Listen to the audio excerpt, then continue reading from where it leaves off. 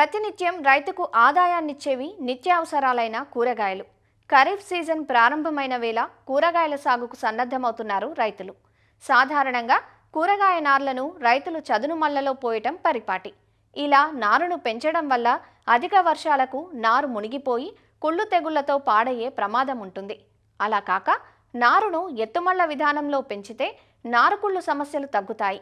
సంప్రదాయ పద్ధతికి భిన్నంగా ఎత్తుమళ్లలో నారు పెంపక విధానం గురించి ఆచార్య ఎన్జీ రంగా వ్యవసాయ విశ్వవిద్యాలయం, శ్రీకాకుళం జిల్లా నైరా వ్యవసాయ కళాశాల విస్తరణ విభాగం అధ్యాపకులు డాక్టర్ డి చిన్నమనాయుడు నుంచి తెలుసుకుందాం. ఎత్తైన నార్మల్లు కానీ లేదా ప్రోట్రే పద్ధతిలో నారుని షేడ్ నెట్లో పెంచుకొని వేచుకోమంటున్నాం. కానీ గ్రామ స్థాయిలో రైతు స్థాయిలో ఈ ప్రోట్రేలు నర్సరీ ఈ షేడ్ నెట్లు పెట్టడం అనేది అంత అవకాశం ఉండదు. కాకపోతే వాళ్ళ స్థాయిలోనూ ఎత్తైన నార్మల్లు తయారు చేసుకొని ఈ కూరగాయల నారు పెంచుకోవడానికి ఆస్కారం ఉంది.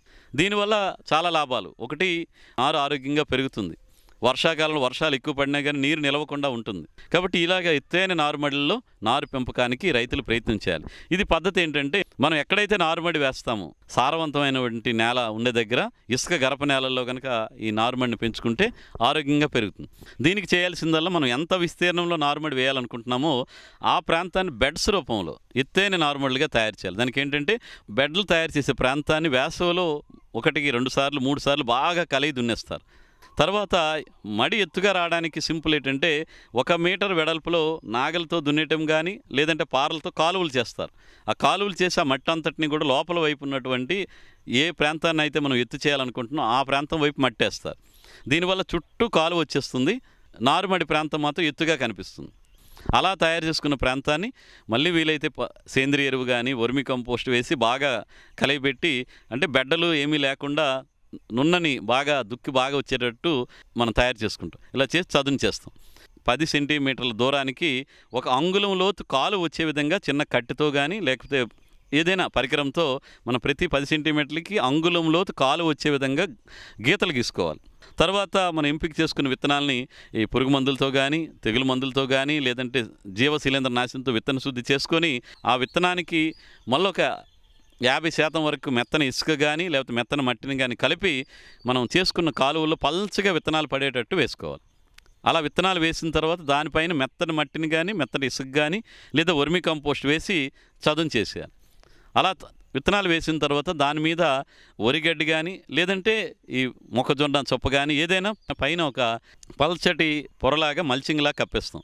అలా వేసిన తర్వాత విత్తనం మొలకెత్తడానికి కావాల్సిన నీటిని ఉదయం సాయంత్రం చిలకరించుకుంటూ ఒక 4-5 రోజులు ఈ విధంగా చేయాల్సి ఉంటుంది.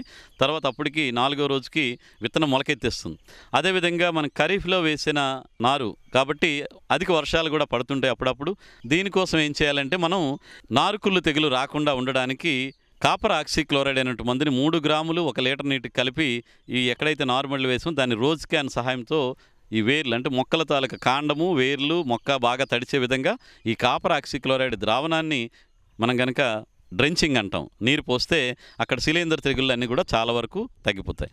అదేవిధంగా ఇక్కడ చీడపీడలు పురుగులు ఏవైనా వస్తే మనకు వేప నూనె అయితే 1500 ppm వేప నూనె అయితే 5 మిల్లీలీటర్లు 1 లీటర్ నీటికి కలిపి కనుక ప్రతి 15 రోజులకు ఒకసారి పిచికారీ చేసుకోవడం, దానివల్ల పురుగులు అనేవి చాలా వరకు తగ్గిపోతాయి. ఇక పోషక యాజమాన్యంలో భాగంగా ఏం చేయాలంటే, ఈ 319 లేదా 13-0-45 కానీ ఏదైనా కానీ 5 గ్రాములు 1 లీటర్ నీటికి చెప్పున కలిపి కనుక పిచికారీ చేసుకుంటే చాలా వరకు మనకి మొక్కలు ఆరోగ్యంగా పెరిగి ఎలాంటి ధాతు లోపాలు లేకుండా ఆరోగ్యం పెరగడానికి ఆస్కారం ఉంది. కాబట్టి రైతు సోదరులకి చెప్పేది ఏంటంటే, మీరు ఖరీఫ్ పంటకాలంలో వర్షాలు పడతాయి కాబట్టి పల్లెం పద్ధతిలో కాకుండా ఎత్తైన నారుమడి పద్ధతిలో కనుక కూరగాయలు నారు కనుక పెంచుకుంటే అన్నీ కూడా ఆరోగ్యకరమైనటువంటి నారుని తీసుకోవడానికి ఆస్కారం ఉంటుంది. కాబట్టి మరి ఎత్తైన నారుమడిలలో కూరగాయల నారు పెంపకాన్ని అలవాటు చేసుకోవాల్సిందిగా రైతు సోదరుల్ని కోరుతున్నాను.